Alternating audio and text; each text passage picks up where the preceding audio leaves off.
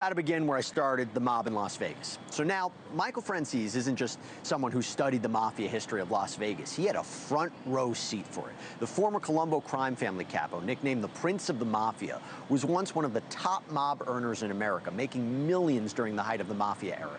He had connections to the Vegas underworld, the casinos, the power players, the men who helped turn this desert town into Sin City. He's now a motivational speaker. He's an author. He's appeared at the Mob Museum. He helped develop the Plaza Hotel's stage show, A Mob Story. So if you want someone who could take you inside the real story of the mob here in Las Vegas and all you need to know about it, we got him right here. Michael, thank you so much for coming. Welcome aboard my ship. Welcome aboard. Thank you, Jesse.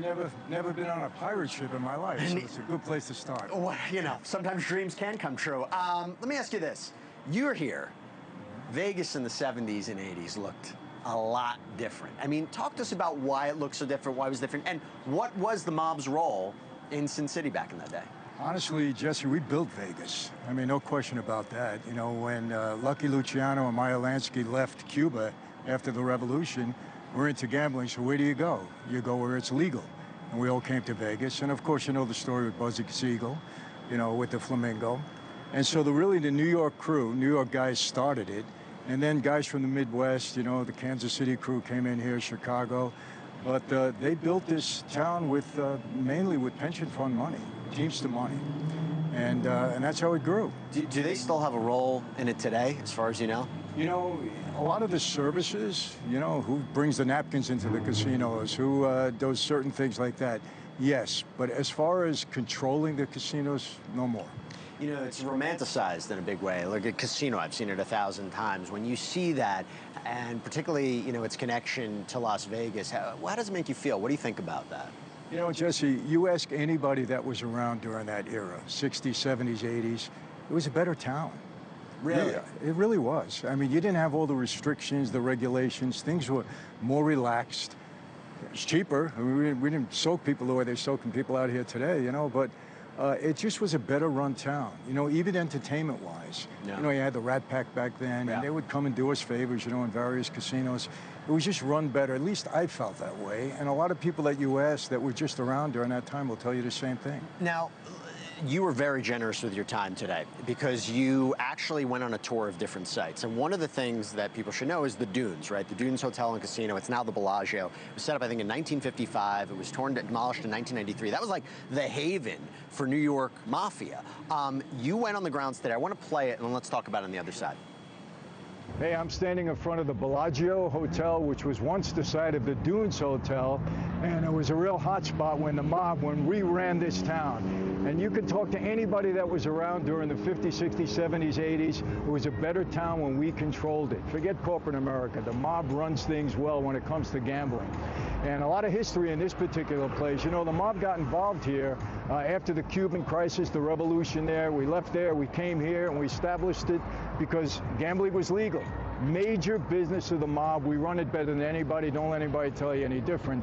A lot of history here. Raymond Patriarca, who was the boss in New England, he put up the money here. He had a front man there, and then it evolved. Eventually, guys in Chicago took it over. Jimmy Hoffa put $5 million in the hotel. He had one of his guys running it, Alan Dorfman. Alan Dorfman was the guy, if you saw Casino, the guy Andy Stone. He was the guy that got killed. It was Alan Dorfman ran this place. And people, let me just tell you, it was a better town when we ran it. Don't think that we're all gone. You know, we'll never leave a place where we got gambling coming to us easily. And we still have some of the services. Watch where your pillows and pillowcases and napkins are coming from. It's all mobbed up, but it's a great city. But bring the mob back. I'm telling you, you'll enjoy it more. You'll have better entertainment. See you later. So when you look back on that, and then you're commenting on it now, I mean, do you still see certain properties here today that, you know, haven't been torn down but still have that connection to old Vegas? Well, the Sahara, you know, has been redone. They did a good job there, but that was a hot spot for sure. I mean, all the greatest entertainment. The Rat Pack used to be there. A lot of guys hung out there, and a lot of guys still go there. Right. You know, the presence is a little bit different. And it all, you know, it started to go downhill for the mob in the 80s when the FBI got involved.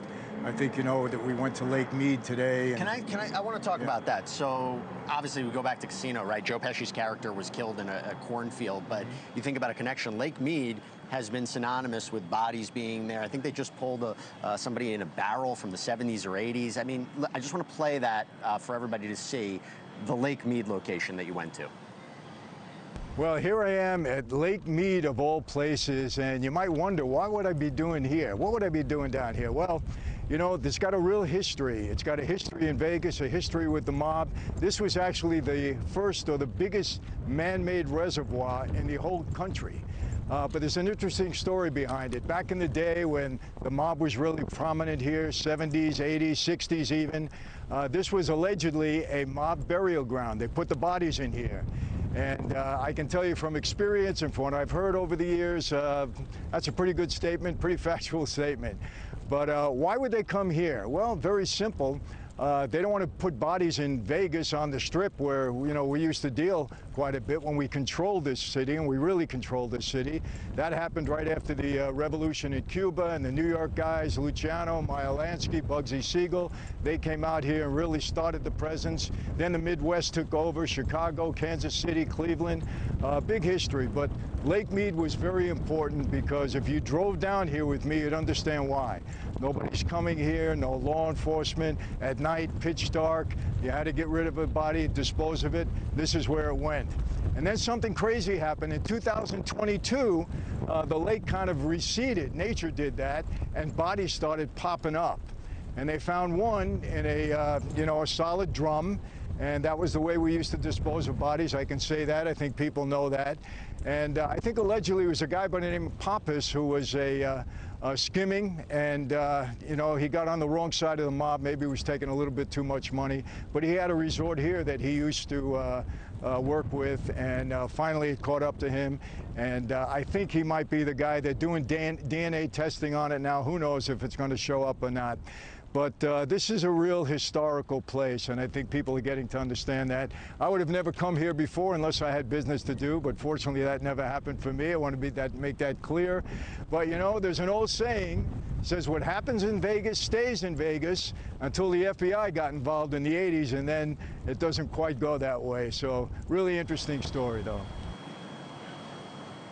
By the way, you're a really good on-scene reporter. Let me tell you, very good. You think that's who's in the barrel? Oh, yeah. Well, no.